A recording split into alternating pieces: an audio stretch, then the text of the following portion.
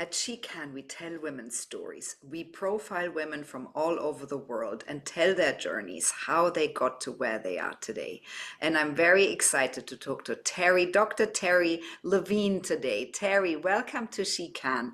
You're a top life business and marketing coach, and you built the Heart-repreneur, which is a live well and earn well life design method.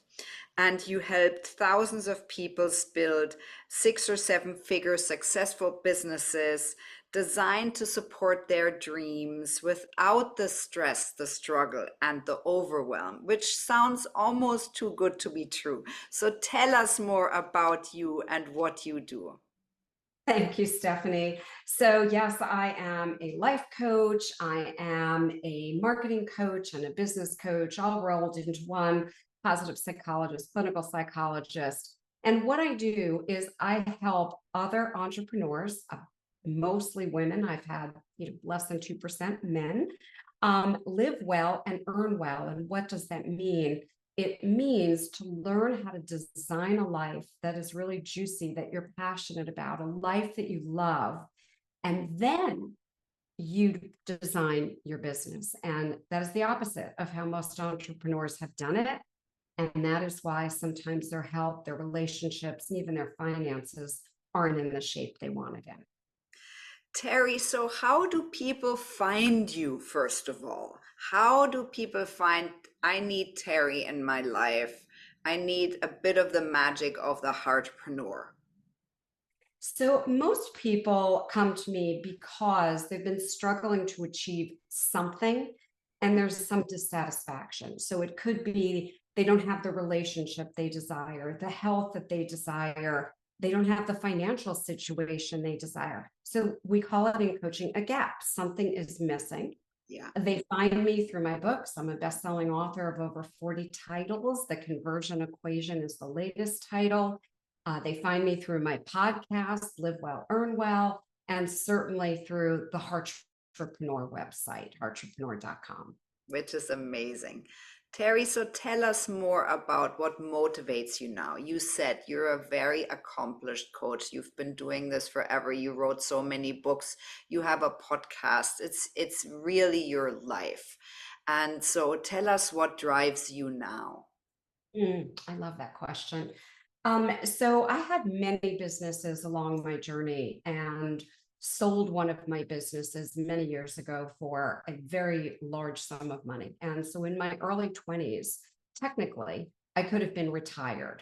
Mm. My husband, that's a financial advisor, thank goodness. He turned my money into a lot of money, which I don't know that I could have figured that out. And so I don't do it for financial reasons. I do it for two reasons. One, I do it because of the joy that I get of watching another woman achieve what she wants in her life and her business. Mm. Makes me happier than doing it in my own life. It's just my thing. It's what I love. So that transformation. And the second thing is I have a foundation for children that have the same neurological disease that I have called reflex sympathetic dystrophy.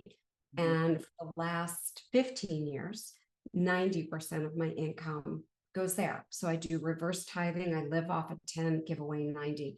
Those two things keep me happy and passionate every single day. Isn't that amazing? Terri, so tell us more about this condition. So I'll back up and tell you that I was very happy going to the gym, going to be with my trainer, leaving to go to Aruba with my husband on a vacation. When I was at the gym, I tore my Achilles. And they rushed me to the hospital where I sat in triage for over 3 hours until I went into shock. And by the time I went into shock and they knew that I had torn my Achilles, something was very odd because I was screaming in pain. And I even grabbed the nurse's arm next to me and said, "When am I getting morphine?" And she went, "You've been getting it." So we knew something wasn't right. It took 12 doctors, trips to 9 different countries, every alternative kind of healing you can imagine. And finally, I got the diagnosis. And reflex sympathetic dystrophy is an orphan disease. There's not a lot of money going into it because it's rare. Mm. It is a disease that is also called the disease of fire, burning, or hell. So I'll describe it. When I fundraise for kids, I say, imagine someone took all the blood out of your veins, filled you back up with lighter fluid, and then lit you on fire. You burn. And on the McGill pain scale, RSD is here, a brain tumor is here, and an amputation is here. There is nothing like this disease. Mm, For me, I have learned to manage it, navigate it, negotiate it, all using the power of my mind, which did take quite a while for me to stop the pity party and get there. mm. And now we support children and families that need help. We support research, we support their treatments, and I also support the children and their families in learning how to use the power of mindset and beliefs. I mean, it's very, very impressive for me sitting here, Terry, listening to your story because you've really created a magical circle of where your purpose is really serving the greater good, coming from a personal experience. Terry, so what do you feel are your top qualities? What are the things that really serve you every day on your journey? First of all, I'm open and curious. I'm a continuous learner. I don't think I know it all. I'm learning every single day. Second of all, I truly love humanity. I love the differences in humanity, sizes, shapes, beliefs, religion, sexual preferences. So I honor and love that. And I'm always meeting new people and embracing new people. And then the third thing is I have a practice that I do every day that lifts me up and that supports me and that really allows me to get the most out of life. And that practice really is living my life first by design and then working on my business. Mm, that's beautiful.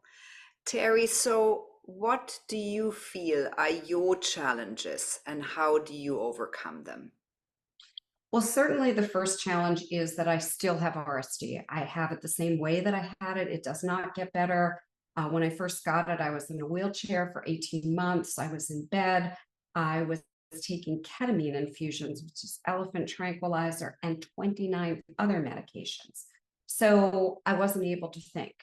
Now, that is still a challenge. The fact that the pain is there and I will not be medicated. So I deal with that every day using mindset. The second thing that's a challenge at times is I love what I do so much that I have to remember there's an end, there's a beginning, there's a stopping point. I need to breathe, I need to be with my family. And so I do have to lovingly remind myself and pull myself back sometimes, Stephanie. Yeah. So what are you most proud of to date? Actually, it is what I just celebrated on June 3rd, which is my 45th wedding anniversary. Oh, I feel like I'm 45. I don't know how I could be 45. I am so blessed. I met my husband when I was 16 and we became friends at 16. wow. And I just, every day, I wake up and go, wow, how did I get this wonderful man in my life? And I will tell you from my vantage point, there's nothing better for me than this amazing marriage, this beautiful human being. Yeah, how beautiful is that? Terry, so give us some top tips on living well and earning well for our listeners. So, first of all, life has to come before business, which means you really do have to sit down and design your life, getting clear on all your priorities, your health, your relationships, your community, your spiritual practice, your friends, your finances. You have to have that clarity. So, tip number one is sit down and really design what your priorities are, or have someone help you, a coach, a consultant, a mentor, a therapist, not a friend, because a friend doesn't always have your best interest in mind. The second tip is a daily practice that I do, and it's called GID. G stands for gratitude. The minute I wake up, I give gratitude for anything that's on my mind. It could be waking up. This morning, it was waking up. It was also knowing that this evening I'm going to dinner with a good friend. It's also, I'm doing 5 podcasts today and super grateful to connect and share with new people. So, gratitude. I stands for intentions, no to-do list. Intentions are how do I choose to feel? So today I said loving, loved, connected, friendly. Those are my feelings that I will latch on to all day. And D is for delegations. And I don't mean delegate to your team or to somebody else in your household. Delegate to the universe what I call the hows. I don't know how this is going to happen. I just want this to happen. Universe, got my back. So every day, and I've done this religiously for about 30 years, I do this process, and the client family members I've shared it with, most of them have been doing it for decades. So I really encourage you. That's my biggest tip for the day. I love that. I think that's very powerful. Terry, so what are your plans and your goals? What's in store for you? Are you writing more books? What is going to happen for you in the next years?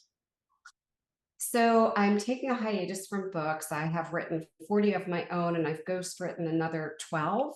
And at this point, I feel like my message is out there enough. And so we're going to put that on hiatus. What I'm really focused on right now is doing Live Well, Earn Well retreats, seminars, workshops, and then working with people who have a specific goal in an area of business or life, and just in a very short amount of time, 10 weeks, helping them transform. Those are the things that I'm happily working on and really focused on right now.